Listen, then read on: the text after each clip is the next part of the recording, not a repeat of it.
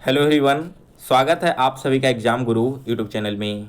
दोस्तों SSC CHSL का 13 अप्रैल 2021 को पहले शिफ्ट का एग्ज़ाम समाप्त हो चुका है और आज पहले शिफ्ट में मैथ्स के जितने भी क्वेश्चंस पूछे गए थे वो सारे के सारे मुझे मिल चुके हैं, जो कि मैं आपको इस वीडियो में सॉल्व करवाने वाला हूँ। तो अगर आपका एग्ज़ाम आगे आने वाले किसी दिन में है तो आप इस वीडियो को लास्ट तक देखिए। यहाँ से आपको आइडिया लगेगा कि इस बार मैथ्स के क्वेश्चंस किस लेवल के पूछ रहे हैं, किस टाइप के क्वेश्चंस यहाँ पर एग्जाम में आ रहे हैं और आपको अभी बचे हुए दिनों में और क्या क्या पढ़ कर जाने की ज़रूरत है। साथ ही दोस्तों अगर आप आज के लेक्चर का पीडीएफ डाउनलोड करना चाहते हो तो पीडीएफ आपको मेरे टेलीग्राम चैनल पर मिलेगा। टेलीग्राम चैनल का लिंक इस वीडियो के डिस्क्रिप्शन बॉक्स में दिया गया है, तो आप वहाँ से चैनल को ज्वाइन करके इसे डाउनलोड कर लेना। चलिए अब आज का वीडियो स्टार्ट करते हैं। तो देखो पहला क्वेश्चन क्या पूछा गया है, 3u प्लस 2v का मान अगर 7 है और u इंटू वी का मान 2 है तो 3u माइनस 2v का वैल्यू क्या होगा। ठीक है, यहाँ पर दो इक्वेशन दिए गए हैं, एक है 3u प्लस 2v जिसका वैल्यू है 7 और एक है u इंटू वी जिसका वैल्यू है 2। तो आपको बताना है कि 3u माइनस 2v का वैल्यू क्या होगा। दोस्तों अगर इस तरह के इक्वेशन वाले क्वेश्चंस दे दिए जाएँ जहाँ पर आपका a प्लस बी का वैल्यू दिया हुआ हो और a इंटू बी का वैल्यू दिया हुआ हो और आपसे अगर a माइनस बी का वैल्यू पूछ लिया जाए तो कैसे निकालना है, इसके लिए एक शॉर्टकट फार्मूला होता है। फार्मूला क्या है, under root a plus B का होल स्क्वायर। ठीक है, आपका a प्लस बी जो दिया हुआ इसको होल स्क्वायर माइनस 4 इंटू ए इंटू बी। ए और बी क्या होगा, 3 गुना 2 6 और a इंटू बी का जो मान दिया गया है 2, इन दोनों को यहाँ पर ऐड करना है। तो देखो कैसे इस क्वेश्चन को सॉल्व करेंगे। सबसे पहले है a प्लस बी का होल स्क्वायर। तो a प्लस बी क्या है, a प्लस बी का वैल्यू 7 है तो यहाँ पर हम 7 का स्क्वायर कर देंगे, दैट इज 49 माइनस 4 इंटू 2 यानी कि u इंटू वी का वैल्यू 2 और 3 प्लस 2 यहाँ पर। तो ये टोटल क्या हो जाएगा, रूट अंडर 49 माइनस 4 गुना 2 8 और 8 गुना 6 48। 49 में से 48 घटाओगे तो यह बचेगा आपका 1, यानी कि दोस्तों यहाँ पर 3u माइनस 2v का वैल्यू क्या होगा, इसका वैल्यू यहाँ पर 1 हो जाएगा। तो आशा करता हूँ कि यह क्वेश्चन आप सभी लोगों को बिल्कुल अच्छे से समझ में आ गई होगी। चलिए अगला प्रश्न देखते हैं। सेकंड क्वेश्चन है, यहाँ पर ज्योमेट्री का क्वेश्चन है। सबसे पहले आप क्वेश्चन को समझ लो क्या इसमें पूछा गया है। तो देखो क्वेश्चन में कहा गया है कि एक सर्कल है, सर्कल के अंदर एक ट्रायंगल इंस्क्राइब्ड है। ठीक है, सर्कल के अंदर में एक ट्रायंगल मौजूद है, ट्रायंगल का नाम है PQR, जिसमें एंगल Q का वैल्यू है 70 डिग्री, एंगल R का वैल्यू है 55 डिग्री और PT जो है वो QR पर परपेंडिकुलर है। और एक और लाइन ड्रॉ किया गया है यहाँ से PU, जो कि TR पर जाकर U लाइन पर मिलता है, जो पास होता है कहाँ से, तो सेंटर O से, जो सर्कल का सेंटर O है वहाँ से पास होता है। तो आपको बताना है कि जो छोटा वाला एंगल बन रहा है एंगल TPU, इस एंगल का वैल्यू क्या होगा। TPU का मान आपको निकाल कर यहाँ पर बताना है। तो देखो यहाँ पर आपको बहुत ज़्यादा कुछ समझने की ज़रूरत नहीं है, बहुत छोटा सा कॉन्सेप्ट है। दो तरह के क्वेश्चंस इस तरह से पूछे जाते हैं, तो दोनों को मैं यहाँ पर एक्सप्लेन कर देता हूँ।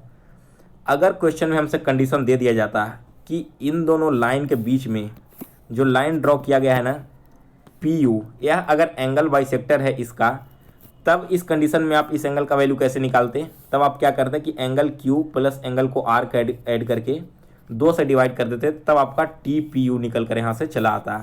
लेकिन इस तरह का कोई भी कंडीशन अगर नहीं दिया हुआ हो कि आपका जो PU लाइन ड्रॉ किया गया था वो एंगल बाइसेक्टर है या फिर क्या है, सिर्फ ऐसे ही नॉर्मली दे दिया गया हो कि एक लाइन ड्रॉ किया गया है, तब आपको क्या फार्मूला यूज करना है।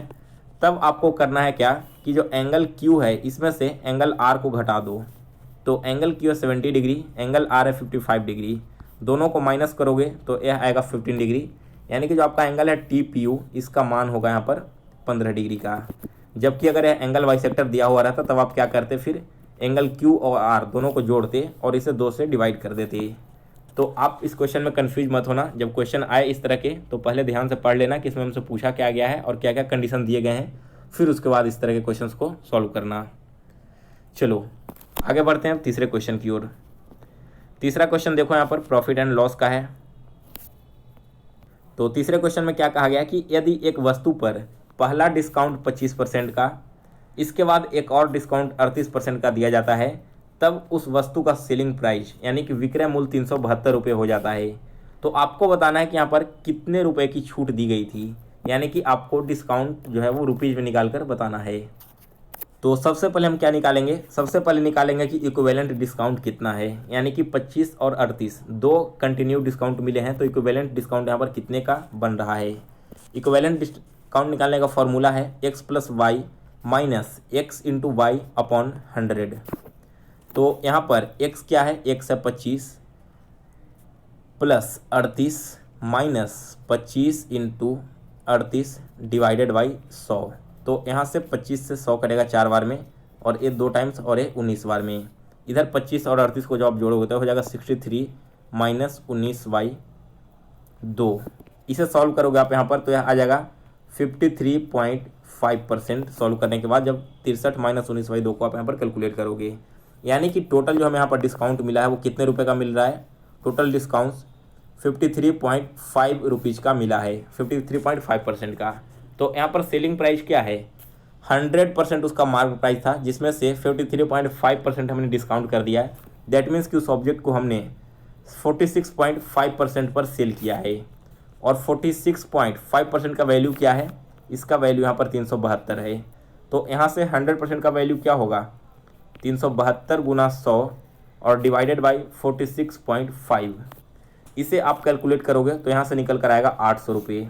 यानी कि दोस्तों उस ऑब्जेक्ट का जो मार्क प्राइस था, यानी कि अंकित मूल्य था 800 रुपये, और इसे बाद में 2 इक्विवेलेंट डिस्काउंट देकर बेच दिया गया 372 में। तो कितने का डिस्काउंट दिया गया, 800 माइनस 372, दैट मीन्स कि 428 रुपये का टोटल यहाँ पर डिस्काउंट मिला है। इस प्रश्न का करेक्ट आंसर है 428 रुपये। अगला प्रश्न है इसके बाद क्वेश्चन नंबर 4। चौथा क्वेश्चन देखो, सिंपल इंटरेस्ट का क्वेश्चन है कि यदि प्रिंसिपल 99,000 है और रेट है 12.5%, जबकि जो टाइम है वो 9 मंथ्स का है, तो आपको बताना है कि सिंपल इंटरेस्ट इस अमाउंट पर कितने रुपए का बनेगा। तो सबसे पहले हम क्या करेंगे, रेट और मंथ्स को सॉल्व करके इसे छोटे फॉर्म में ले आएंगे। सबसे पहले देखो 9 मंथ्स है ना, 9 मंथ्स को ईयर में आप कैसे कन्वर्ट करोगे, तो 12 से डिवाइड कर देना। तो यहाँ से ऊपर 3 से 3 टाइम्स और 4 टाइम्स, दैट मीन्स कि 3/4 ईयर यहाँ पर टाइम हमने निकाल लिया। और रेट क्या है 12.5, तो इसे जब आप सॉल्व करोगे तो यहाँ से पॉइंट हटाकर आप नीचे यहाँ पर लिख सकते हो 1 शून्य बैठाकर। और सिंपल इंटरेस्ट हमें पता करना है, तो सिंपल इंटरेस्ट का फॉर्मूला क्या है, 99,000 इंटू 3/4 हमने मंथ निकाला था, तो 3 ऊपर में लिखेंगे, 125/4 इंटू 100, और यहाँ से एक पॉइंट हमने हटाया है तो नीचे एक और शून्य बैठाएंगे। तो अब देखो 99,000 का तीनों शून्य इसके तीनों शून्य से कैंसिल हो गया, तो ऊपर में केवल बचा 99 इंटू 3 इंटू 125। इसे आपस में मल्टीप्लाई कर दो और 4 से डिवाइड कर दो, तब आपका टोटल सिंपल इंटरेस्ट निकल कर आएगा, जो कि समथिंग होगा 9281.25 रुपीज़ के अराउंड। तो इसे आप यहाँ पर मल्टीप्लाई करके 4 से डिवाइड कर देना, आपका आंसर निकल कर चला आएगा 9281.25 रुपीज़। इसके बाद अगला प्रश्न देखेंगे, क्वेश्चन नंबर 5 है। 5 क्वेश्चन देखो क्या कह रहा है कि यदि आधी दूरी को 24 किलोमीटर प्रति घंटे की गति से तय किया जाता है और बचे हुए आधी दूरी को 32 किलोमीटर प्रति घंटे की रफ्तार से, इन दोनों डिस्टेंस को कवर करने में जो टाइम लगा है ना, वो टाइम टोटल 7 घंटे का लगा है। तो बताइए कि आपका टोटल डिस्टेंस यहाँ पर कितना कवर किया गया है। तो देखो मान लो कि पहला जो आधा दूरी तय किया गया था ना, वो था आपका x किलोमीटर, तो दूसरा जो आधा दूरी तय किया गया वो भी x किलोमीटर ही होगा, क्योंकि दोनों ही हाफ हाफ है, यानी कि इक्वल है। तो टाइम इक्वल टू फॉर्मूला क्या होता है, time equal to total distance divided by speed. तो यहाँ पर हम बोल सकते हैं कि अगर हमारा डिस्टेंस x है और इसे हम चल रहे हैं 24 किलोमीटर प्रति घंटे की रफ्तार से, और एक और डिस्टेंस है x जिसे हम चल रहे हैं 32 किलोमीटर प्रति घंटे की रफ्तार से, और दोनों को कवर करने में कितना टाइम लग रहा है, तो 7 घंटे का लग रहा है। तो इस तरह से आपने एक इक्वेशन बना लिया। अब इस इक्वेशन को सॉल्व कीजिए, 24 और 32 का जब आप LCM लोगे तो यह आएगा 96। अब 24 से 96 4 टाइम्स डिवाइड होगा, और 4 में 1 से गुना करोगे तो 4x, माइनस में क्या होगा 32 to 96 को जब डिवाइड करोगे तो 3 टाइम्स कैंसिल होगा, तो ऊपर में 3x हो जाएगा, इक्वल टू 7। तो आपके पास क्या बचा टोटल, इसे कैलकुलेट करने के बाद यहाँ पर देखो दोनों ही दूरी आपने 7 घंटे में तय की, सॉरी यहाँ पर प्लस है ना, 4 3 7x हो जाएगा, 7x/96 इक्वल टू 7 है, तो x का वैल्यू क्या होगा 96 इंटू 7 डिवाइडेड बाई 7। तो यहाँ से 7 से 7 कैंसिल हो गया, तो आपके पास x का वैल्यू आ गया 96 किलोमीटर। लेकिन यह आपका फाइनल आंसर नहीं है, देखो कैसे, एक्स हमने किसे माना था, पहली जो आधी दूरी थी उसे माना था और एक्स का वैल्यू 96 किलोमीटर है। हमसे पूछा गया टोटल डिस्टेंस कितना है, तो आधी दूरी और जो दूसरी बार में आधी दूरी तय की दोनों को आपस में ऐड करना होगा, यानी कि 96 का आप यहाँ पर डबल कर दो तो यह क्या हो जाएगा 2 × 6 12 और ये 192, यानी कि 192 किलोमीटर की दूरी यहाँ पर तय की गई है 7 घंटे में। और स्पीड क्या था 24 किलोमीटर प्रति घंटे और 32 किलोमीटर प्रति घंटे की रफ्तार से। तो दोस्तों ये टोटल 5 क्वेश्चंस जो अभी तुरंत मुझे मिले थे उसका सॉल्यूशन मैंने आपको करवा दिया है। इसके बचे हुए क्वेश्चंस भी आपको धीरे धीरे करके आज शाम तक सारे लेक्चर्स अपलोड कर दिए जाएंगे। तो अगर आपको यह वीडियो पसंद आया हो तो इसे लाइक और शेयर कर दें। साथ में दोस्तों आप चैनल को भी सब्सक्राइब किए हुए रहिए ताकि नेक्स्ट सॉल्यूशन वाला वीडियो जैसे ही अपलोड करूँ तो उसका नोटिफिकेशन सबसे पहले आप सभी लोग तक पहुँच जाए।